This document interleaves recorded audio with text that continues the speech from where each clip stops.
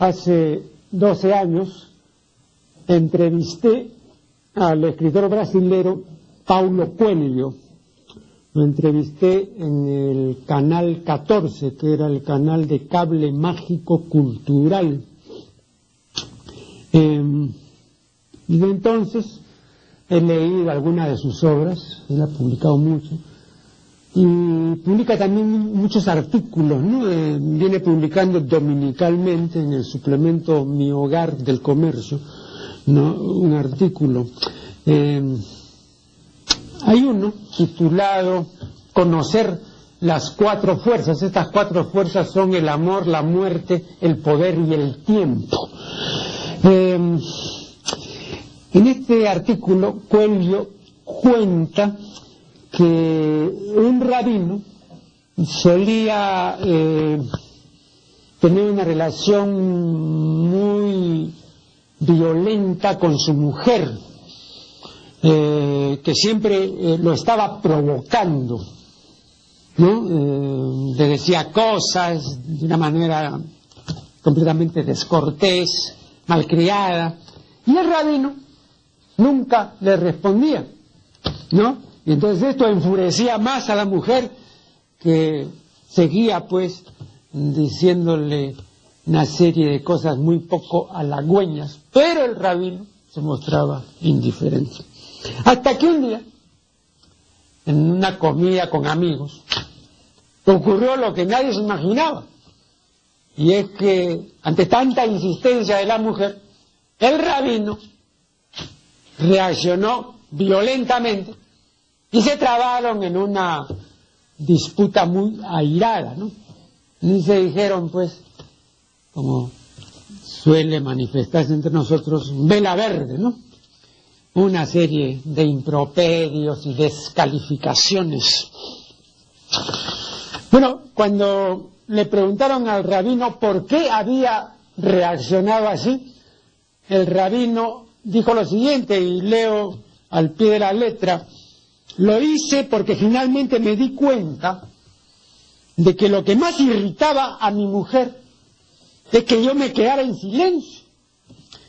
Cuando obraba así, me mantenía distante de sus emociones. Mi reacción ha sido un acto de amor que ha permitido que mi mujer comprendiera que yo realmente la estaba escuchando. Tanto el rabino que cuenta este acontecimiento cuanto el escritor Paulo Coelho, tanto el uno cuanto el otro, a mi modo de ver, se equivocan. Ambos creen que el haberle respondido violentamente a su mujer fue un acto de amor, fue una reacción amorosa. No, fue al revés, fue una reacción odiosa, fue un acto agresivo con el que se replicaba otro acto agresivo.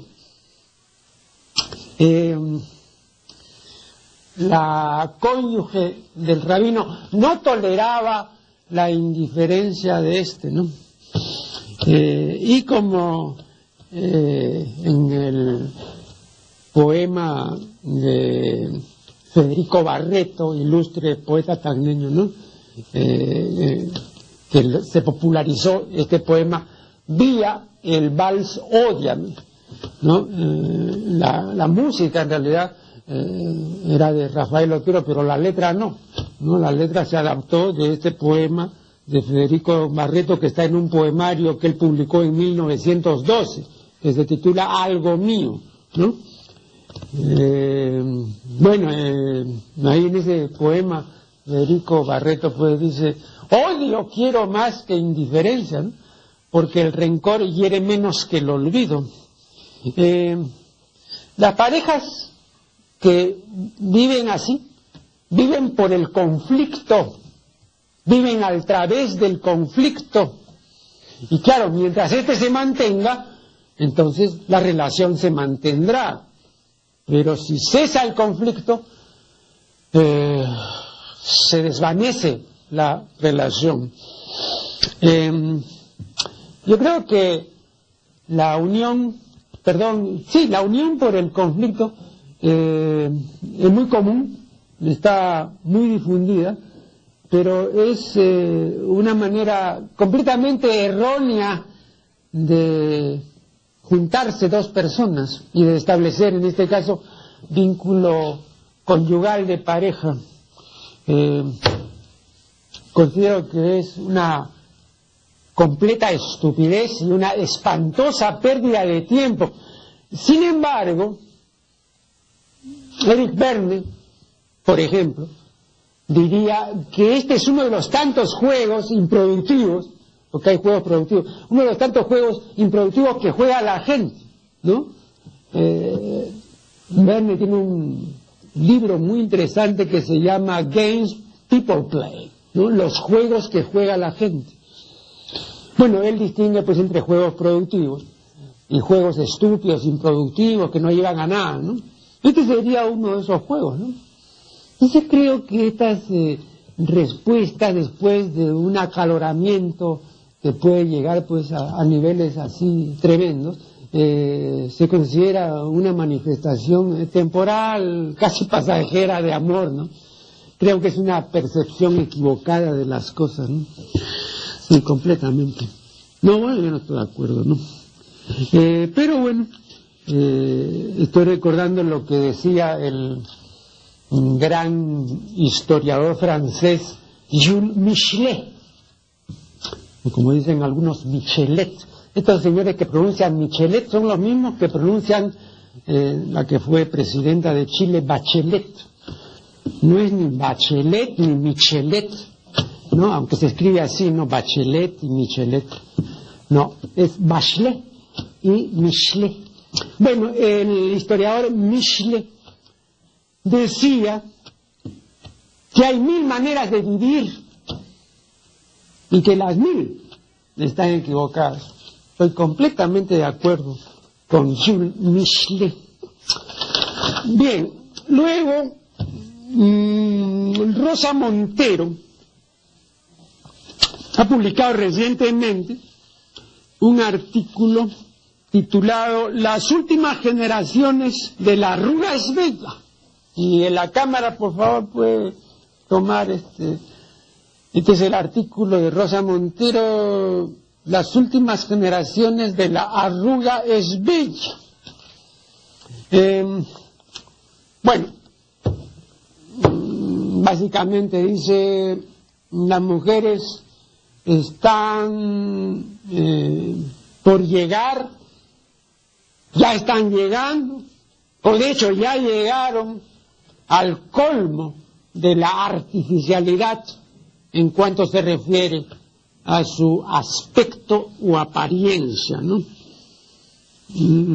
Confiesa Rosa Montero que la obsesión creciente por la cirugía estética la tiene morbosamente fascinada, así, morbosamente fascinada. Este deseo así pertinaz, ¿no? Tremendo, obsesivo, ¿no? Por remendarse, por estirarse, por componerse o por descomponerse, pero por alterarse y modificarse, que tienen las mujeres y también muchos hombres, ¿no? Dice Rosa Montero, a quien dicho sea de paso también entrevisté en Cable Mágico Cultural hace 12 años también, cuando era otra Rosa Montero, ojo, no solamente por una razón puramente cronológica, como es obvio, ¿no? Sino porque además tenía, no sé, otra manera de enfocar las cosas.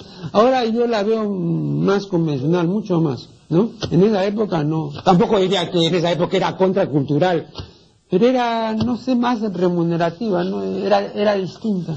Bien, pero de todas maneras una buena escritora, ¿no? Eso sí. Y yo siempre leo sus artículos. Bueno, ella dice que dentro de unos, y creo que en esto se equivoca en cuanto a la cuantía de años, ¿no? Porque ella dice dentro de unos 50 años, no, yo creo que antes, pero ella dice dentro de unos 50 años, tener alguna arruga en el rostro se considerará una verdadera anomalía, ¿no? Se considera algo impensable, increíble, ¿no? Inadmisible, porque eso no se puede tolerar. Los pliegues en la piel que se llaman arrugas, estos surcos, estos canales, dentro de 50 años se considerarán verdaderas enfermedades. Nadie tendrá eso, y los que los tengan serán pues los antisistemas, dice ella, ¿no? Los que son pobres, absolutamente pobres, que no pueden pagar una operación, y lo que ella llama los raritos, ¿no? Ese se considera una cosa así estrafalaria, ¿no? Extraterrestre. Bueno, vean, este rechazo de las arrugas, como muchas otras cosas, es relativamente reciente. En el siglo XIX y todavía en buena parte del siglo XX, las arrugas no eran malquistas, sino al revés, bienquistas.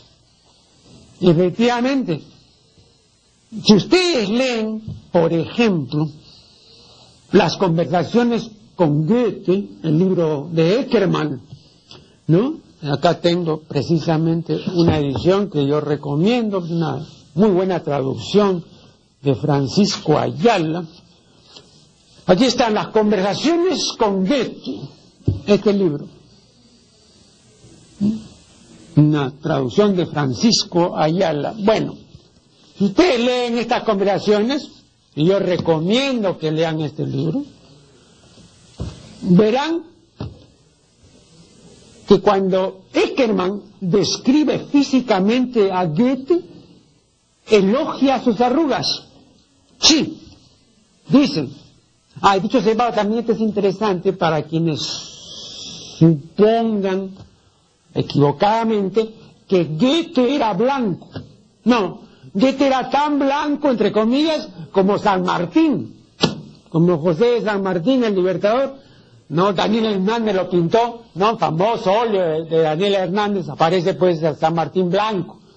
San Martín no era blanco, era lo que antes se llamaba entre nosotros amarcigado, ¿no? Amarcigado, o sea, aceitunado, oliváceo, ¿no? Tirando pues a moreno, ¿no? Pero no exactamente moreno. Bueno, igual, Goethe no era blanco. Bien, pero vean ustedes la descripción que hace Eckermann de Goethe.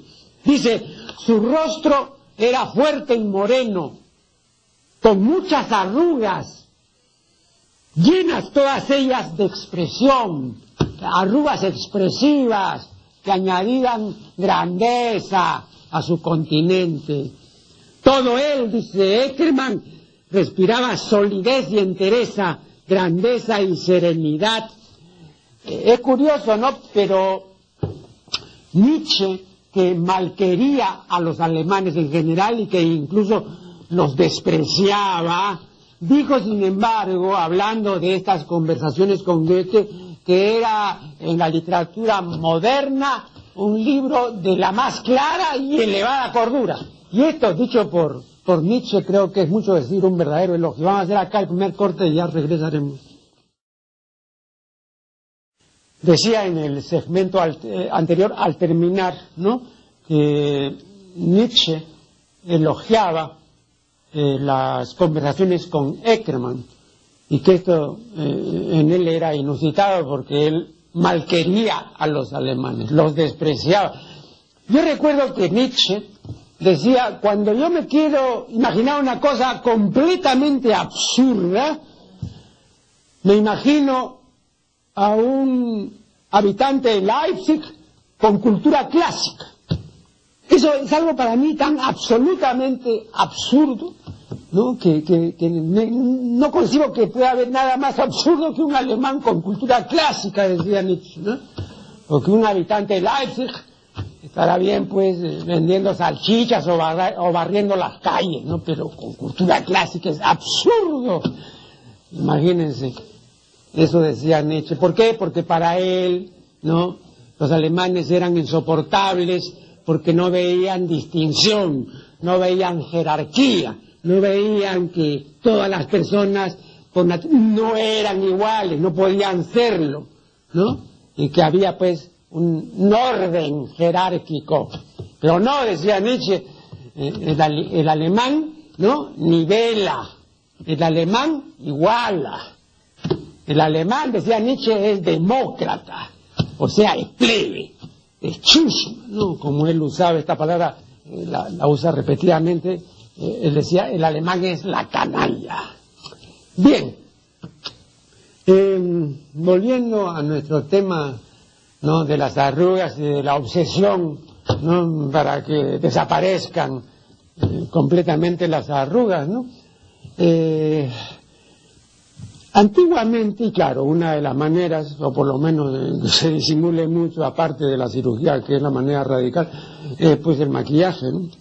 Pero antiguamente las mujeres o no se maquillaban, o se maquillaban apenas, ¿no?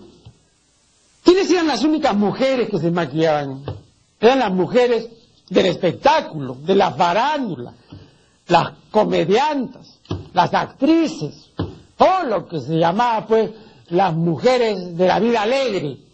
Esas eran las que se maquillaban. Pero una mujer fina, distinguida, ¿no?, una mujer de alcurnia no se maquillaba, no, en absoluto, ¿no? Porque toda mujer, sobre todo la mujer excesivamente maquillada, tiene pues un aspecto ridículo y payasiento, ¿no?, un aspecto vulgar, ¿no? Y hasta ahora. Baudelaire cuenta que cuando alguna de las amantes del rey Luis XV no quería tener intimidad con él, entonces se maquillaba. Y cuando el rey iba a buscarla a su aposento, ¿no?, iba muy entonado eróticamente, no bien la veía maquillada, perdía todo su impulso sexual y se daba media vuelta y se retiraba. O sea, el rey no podía encamarse con una mujer con maquillaje, ¿no? Me parecía espantoso, ¿no?, y antierótico sobre todo, ¿no? Ahora mismo, por ejemplo, muchas parejas se quejan, ¿no?, el hombre se queja, ¿no?, que cuando quiere pues tener una verdadera intimidad con la mujer, un verdadero contacto de cuerpos, ¿no?, y la mujer dice, no, cuidado que me desarrolles el pelo, no, cuidado que acabo de... Copular pues en esos términos es una cosa increíble, ¿no?, pero bueno, sigue ocurriendo. Yo repito,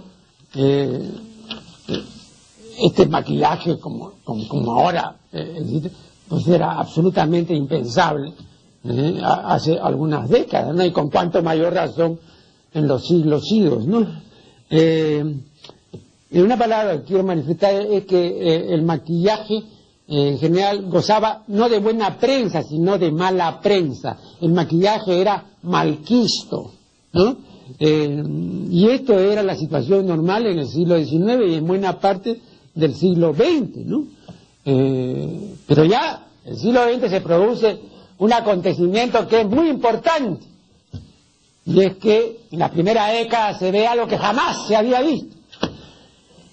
A una mujer en una reunión que delante de los demás saca su polvera y saca su lápiz de labios y se maquilla delante de los demás. Entonces la mujer publica su artificialidad por primera vez, eso nunca lo había hecho. Entonces a partir de ese momento queda perfectamente establecido que la mujer no es natural. Hay la no naturalidad de la mujer. Este maquillaje, que ya ahora es público, ¿no?, demuestra que la mujer ya no es natural. Nunca lo fue tampoco anteriormente, pero anteriormente eso ahí se ocultaba, ¿no? Se ocultaba el maquillaje que además era moderado. Pero a partir de ese momento, de los años 20 o 30, ya no se ocultó. Entonces ya también los hombres sabían perfectamente que las mujeres, en cuanto a su aspecto y apariencia, no eran naturales, eran artificiales. Ahora, esta no naturalidad del rostro femenino no comprendía la cabellera. Las mujeres antes no se pintaban el pelo, y cuando la mujer encanecía, entonces recurría al uso de pelucas. Yo todavía he visto en el caso de las abuelas y de las tías de abuelas sus colecciones de pelucas. Cuando ya tenían 35 o 40 años y comenzaban a encanecer y comenzaba a perder población pilosa, ¿no? La cabellera, entonces ponían su peluca, no para diferentes ocasiones, no para reuniones de gala, para un paseo campestre, etcétera, diferentes pelucas, pero tenían peluca y no se lavaban el pelo sino cada 15 o 20 días, eso también es otro. Ahora se lavan el pelo a veces todos los días, y en una ocasión recuerdo conversando con Frida Holler, que sabe lo que dice en esta materia. Me dijo, y yo, Marco Aurelio, cuando puedo me lavo 2 veces al día el pelo, en las mañanas y en las noches, ¿no? Pues no se hizo hace 60 o 70 años, absolutamente algo impensable. No, que iba de cada 15 o 20 días se lavaría el pelo, pues sí es que se lo lavaba, ¿no? Bien, pero ahora pues hemos llegado a esta situación en la que todo lo que luce una mujer, en que todo lo que muestra, ¿no? Ya no es natural, ¿no? Todo es postizo, todo es obra de la cirugía estética, de los implantes y de las modificaciones en el soma femenino. Todo es falso, ¿no? Y una vez recuerdo aquí en este mismo programa conversando con Josefina Barrón, le decía, pero el problema, entre otros, ¿no?, que ocasiona todas estas operaciones de cirugía estética, es que llega un momento en que ya tú no puedes tocar a esas personas, ¿no? Porque cuando tienen tetas postizas, cuando tienen el labio operado o los labios operados, cuando todo está estirado y todo, ya uno no sé qué tiene, ¿no? Cierto problema en el tocamiento, y cuando uno quiere tocar, y ¿no? Y cuando uno puede tocar y todo, se da cuenta de que no es igual. Entonces es evidente, no es igual, ¿no? Y yo recuerdo que me hizo una observación válida, Josefina, pero también terrible la observación, ¿no? Pero es así. Me dijo, pero Marco Aurelio, es que esas cosas no son para tocar, sino para ver. Estamos en plena videocracia, ¿no es cierto? Entonces ahora todo es para ver. No, que vas a tocar una teta siliconada, olvídate. Pues no, pero fíjate, pues no, es para ver nomás. Pero qué lamentable, pues no, ningún varón se va con teta a comer nomás, ¿no? Claro, pero es así. Y hay muchos casos, muchas cosas, de reestructuración o modificación o alteración en el soma femenino, que todavía no están bien hechas, todavía no se alcanza una moderada eficacia. Por ejemplo, en lo que debería ser aparentemente sencillo, ¿no?, pero que no es, en la cirugía de labios, ¿no? Cuando pues se modifican los labios, se los agrandan, etcétera, ¿no? Todavía es muy burdo. En televisión, por ejemplo, hay varias personas, ¿no?, que salen y se muestran haciendo diferentes actividades, que tienen los labios operados. Bueno, en todos los casos se nota. Yo todavía no conozco un caso de labios operados que diga uno, caramba, ¿no? Y cuando uno se acerca y todo, ¿no?, uno da la impresión de que si uno pellizcara esos labios, inmediatamente brotaría sangre, o se abriría o se partiría, ¿no? Es algo completamente artificial. Bien, un nuevo corte y ya regresaremos. Bien, dejando este asunto de la obsesión creciente que se echa de ver en las mujeres y también ya en muchos hombres, esa obsesión creciente por la cirugía estética, mudando de tema, pasaremos a otro asunto. La televidente Gladys Monroe me escribe, dicho sea de paso, quiero indicar cómo debe pronunciarse este apellido. Es que está bastante difundida la pronunciación equivocada, Monroe, ¿no? Sobre todo cuando se menciona a la célebre artista de cine Marilyn Monroe, ¿no? Y la gente dice Marilyn Monroe, no es Monroe, ¿no? La pronunciación correcta, ¿no? Tiene el acento prosódico en la última sílaba y la E final es muda, o sea que no representa ningún fonema, ¿no? No suena. Entonces por eso es Monroe, ¿no? Bien. La televidente Gladys Monroe me dice haber leído recientemente en una publicación que en la sinergia 2 más 2 no es igual a 4, sino que es igual a 5 y a veces a 6. Entonces me pide una aclaración al respecto. Bien, cómo no. Vea usted, el vocablo sinergia es un vocablo de origen griego que significa acción o trabajo conjunto. La sinergia es la acción combinada de 2 o más causas cuyo efecto es superior a la suma de los efectos individuales.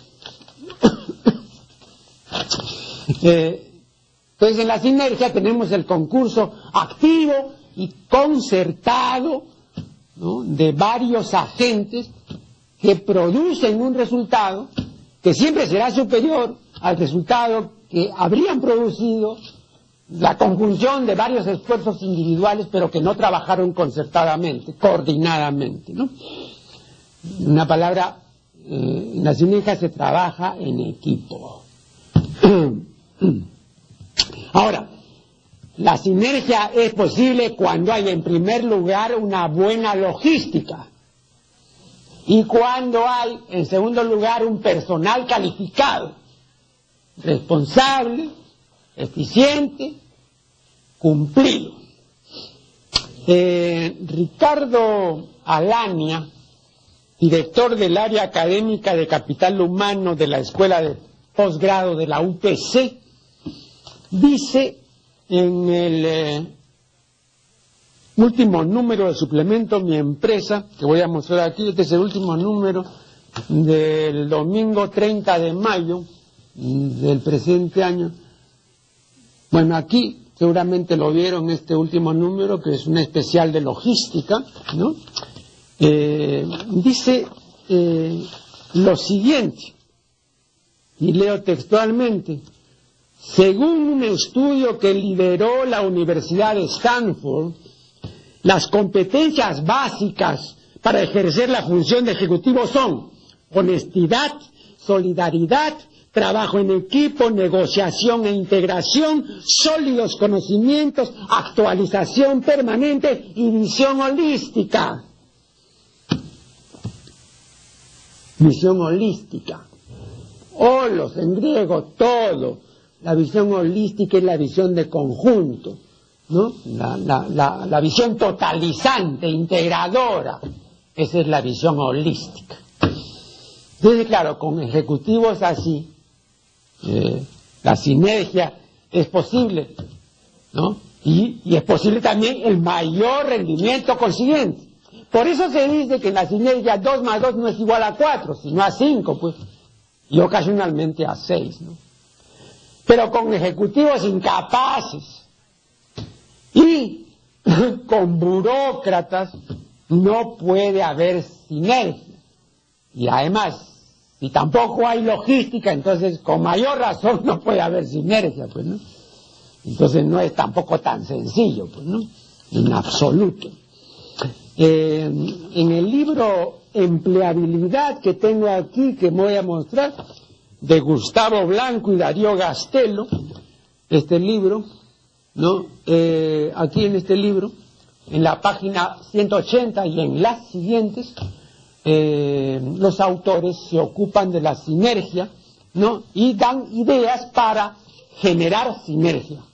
Bien, una nueva interrupción muy breve y retornaremos. Responderé a continuación algunos correos electrónicos. Un televidente me pregunta cómo debe escribirse el neologismo membresía, si debe escribirse con S o con C. Ve usted, en el DRAE 2001, o sea, en la última edición del diccionario de la Real Academia Española, membresía está con S. Y es una equivocación que ha sido corregida, fue corregida 4 años después en el panhispánico, ¿no? Que también es la voz oficial, porque el panhispánico también es la voz oficial, y en el panhispánico figura con C. ¿Por qué? Porque con S son las palabras que derivan de un término que termina en S. Por ejemplo, feligrés, feligresía.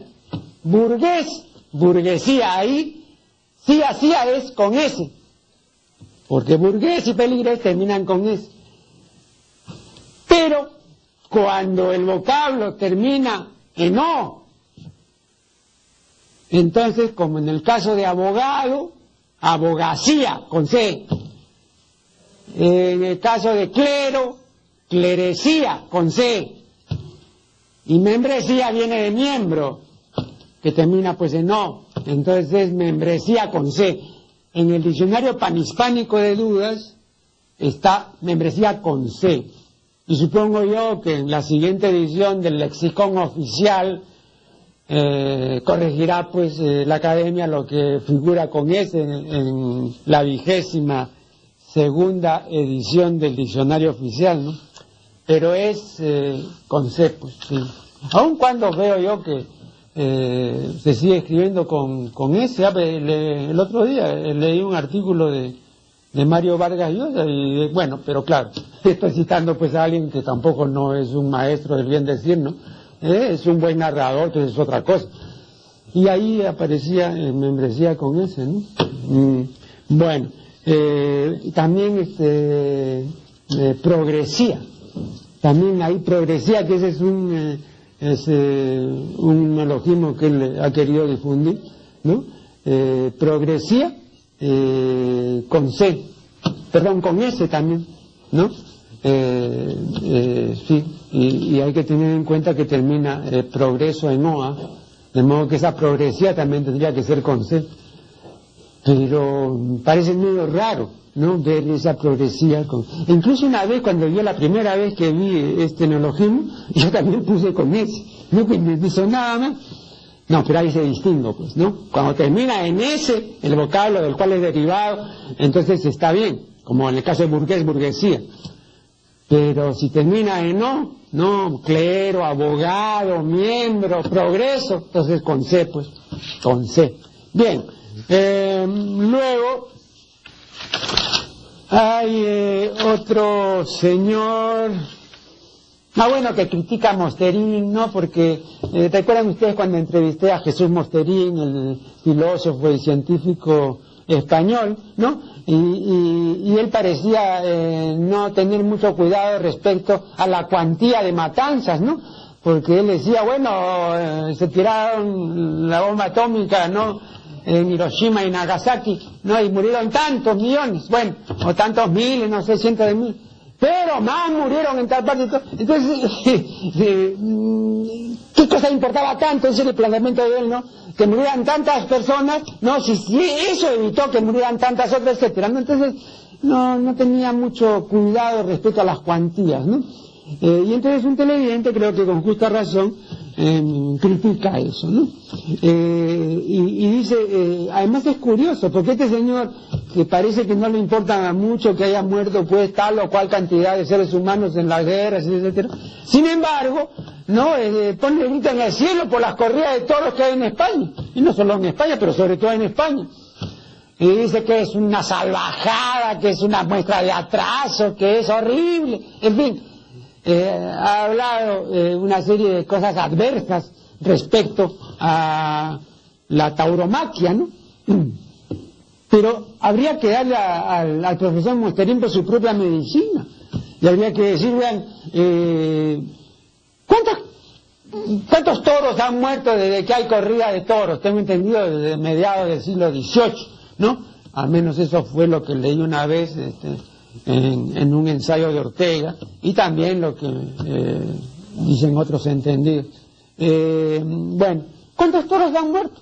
Pues algunos cientos, algunos miles de toros. Entonces, según la manera de pensar Monsterín, habría que decir, bueno, pero ¿qué tanto? Pues, ¿no? Que hayan muerto. Pues no, eso no es tanto, ¿no? Pues él subrayaba mucho esto de que, ¿no? No importa que haya muerto tal cantidad de personas, ¿no? Con tal de haber evitado esto otro que hubiese sido peor, ¿no?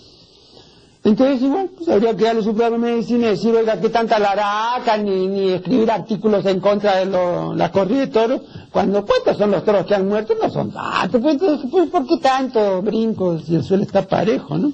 Así es. Vean, a Monsterín hay que darle su medicina en más de una ocasión. Él, hablando de Mario Bunge, del científico y filósofo argentino, ¿no? Dice que, bueno, pondera las virtudes que de hecho tiene Bunge, pero dice el matiz, la cosa fina, el detalle no es lo suyo, no es lo suyo. Y entonces Mario Bunge dice, ¿no? Da la impresión a veces en ciertos temas de un elefante que entra en una vidrería o en una cristalería, así es la impresión. Bueno, pero en ciertos temas también, como este tema de las muertes y de las cuantías, Monsterín da la misma impresión, parece un elefante que acaba de entrar en una cristalería, ¿no? Así. Eso dicho sea con todo respeto, ¿no? Porque de todas maneras reconozco que es una persona muy versada y todo, pero en ciertas cosas, no sé, tiene una tosudez así de baturro, ¿no? Es una cosa ahí y se queda en sus 13, ¿no? Así. Yo recuerdo que fuera de cámara, me parece, entre sí fuera de cámara, le dije que qué le parecía, o no sé si el mío programa, no recuerdo bien, pero ustedes lo recordarán si vieron el programa. Le dije qué le parecía la opinión del pensador y del historiador tan famoso Karl Popper, ¿no? Acerca de la televisión, ¿no? Popper ha dicho que no podrá haber nunca una verdadera democracia si no se interviene la televisión, si no se controla la televisión. Eso ha dicho Popper. Entonces le dije eso a Monsterín. Ah, no, Messi. No ha dicho eso. No puede haber. ¿A dónde lo ha dicho? No puede haber dicho eso. Pero, vea usted, entonces, yo estoy citando a Giovanni Sartori, que en su Homo Videns, que usted debe de haber leído, en la página 142, dice esto. Exactamente, y con la cita y la fuente. De modo que o el señor Sartori está mintiendo, o aquí pasa algo pues que yo no entiendo, ¿no? Fíjese, me dijo, yo conozco personalmente a Popper, incluso él me ha invitado más de una vez a su casa, hemos conversado y todo. Y le puedo asegurar que él no ha dicho eso. Yo conozco muy bien la obra de Popper y él no puede haber declarado eso. Le dije, ahí está, entonces dígaselo a Sartori. No, se negó completamente a admitir. Lo que yo le puedo decir, y se lo dijo en el programa, eso sí, es esto otro, ¿no? Él dijo, hablando de la democracia a propósito de eso, Popper, ¿no? Y eso lo contó Monsterín. Y lo ha hecho varias veces, y a mí me lo ha dicho varias veces, que él no veía sino una sola diferencia entre la dictadura y la democracia. Una sola. Y es que para salir de una dictadura, normalmente hay derramamiento de sangre, guerra civil, violencia. En cambio, para salir de una democracia hay que esperar pues 4 o 5 años y entonces viene un nuevo proceso electoral, se elige al nuevo gobernante y se acabó. Y salen los otros gobernantes, ¿no? Entonces el tránsito es normalmente pacífico. Esa es la única, según Popper, esa es la única diferencia entre dictadura y democracia, porque en el resto son exactamente iguales. Son igualmente ineficientes, corruptas, llenas de ladrones y de sinvergüenzas. Eso dicho por Popper, ¿no? Eso sí se lo puedo asegurar, porque me lo ha dicho a mí, y además lo tiene escrito, que la democracia es mejor que la dictadura. Solamente mejor por eso, porque evita pues que la gente pues no derrame innecesariamente, ¿no?, sangre, ¿no?, cuando se puede hacer el tránsito mediante elecciones que tampoco son un ejemplo, pero por lo menos es una especie de ficción aceptable, ¿no? Eso decía el señor Mosterin. A propósito de Mosterin, vea, hay un televidente también que me escribe y me dice que en alguna oportunidad yo expresé aquí en este programa, en la función de la palabra, que a pesar de que el universo nos parece inconmensurable y increíblemente grande, esto que conocemos y que nos parece inconmensurable es solo el 4 o 5% del universo, y que entonces el resto no lo conocemos. Y me escribe y me dice, ¿podría darme un mayor alcance de esto, una ampliación de esto? Vea usted, justamente, ¿sabe quién ha mencionado eso? Mosterin, ¿no? Mosterin. Y le doy exactamente la cita en su libro Diálogo y Debate, ¿no? En la página 23, es un libro que acaba de publicar la Universidad Inca Garcilaso de la Vega. En la página 23, preste atención, cito textualmente, dice Mosterin, en el universo predomina la energía oscura y la materia oscura. Solo hay un 5% de materia visible, y de ella casi toda está concentrada en estrellas, galaxias, agujeros negros, gases intragalácticos, gases intergalácticos, etc. Incluso en el sistema solar, el único del que sepamos que contenga vida, la vida se limita a una finísima capa superficial en el pequeño planeta Tierra. La vida es sumamente excepcional, en el sentido de serlo, ¿no? En el sentido de ser una rareza completa. Eso dice Mosterin. Entonces, está bien, podemos ver todavía un 5% del universo, pero el otro 95% no lo veremos jamás, porque es materia oscura, energía oscura, y no hay vida. Bueno, muchos grandes científicos, ¿no?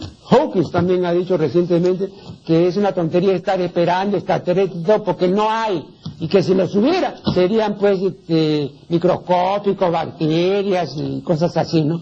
Pero así seres ya perfectamente desarrollados, no, y además sería, dice Hawking, peligroso, ¿no? Ojo, también eso, porque estamos ahí ignorando, ¿no? Que vengan pues en platillos voladores y todo, no.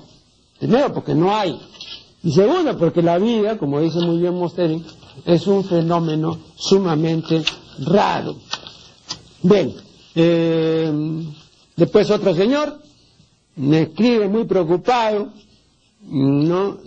Por la dimensión genital, y dice que si yo conozco a algún cirujano que pueda remediar esto que él considera una atroz minusvalía, tener un pene de un tamaño sumamente pequeño. Entonces quiere el agrandamiento del pene. Y que si yo conozco algo... Vea, le digo brevemente lo siguiente. El tamaño genital, la dimensión genital es una cuestión de fábrica. O sea, la persona vino así, y el que viene con un pene mediano, grande o pequeño, vinieron así porque estaban programados para venir así. Todo el que diga que puede agrandar o engrosar, etcétera, hay que tomarlo cum grano salis, con mucho cuidado, porque eso es muy discutible. Y le voy a decir por qué. No porque no se hagan implantes, en primer lugar es mucho más fácil ensancharlo, engrosarlo que alargarlo, en primer lugar. Muchas de las operaciones se hacen no para darle un mayor grosor, no, porque es más sencillo. Bien, pero yo no conozco, yo no digo que no haya, no, pero yo no conozco ningún follow-up, ¿no? O sea, un seguimiento minucioso, serio y confiable que dure 5, 10 o más años. Solo así entonces se puede tener una evaluación. O sea, señor, practiqué tantas operaciones de alargamiento peniano o de engrosamiento peniano, y en el curso de 5, 10 o 15 años los resultados son estos, ¿no? Muchas de las prótesis se mantuvieron, otras fueron rechazadas por el organismo, otras no sirvieron por tal razón o por tal, etc. O sí sirvieron, etc. Pero mientras que no haya follow-ups confiables y dignos de crédito, entonces no se puede hablar. El resto es propaganda. En algunas cosas, las restituciones orgánicas, los implantes y todo, se han hecho follow-ups importantes, y entonces uno puede decir, por ejemplo, para mencionar otra cosa, ¿no? Digamos, la persona a la que le pusieron otro riñón.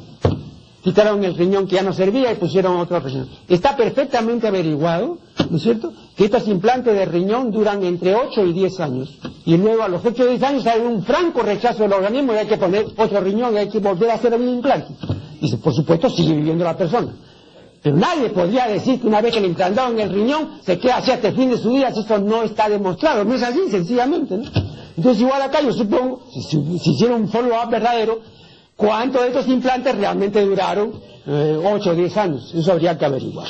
Bien, me dicen que ya debo concluir. Concluyo y será hasta el siguiente programa de La Función de la Palabra.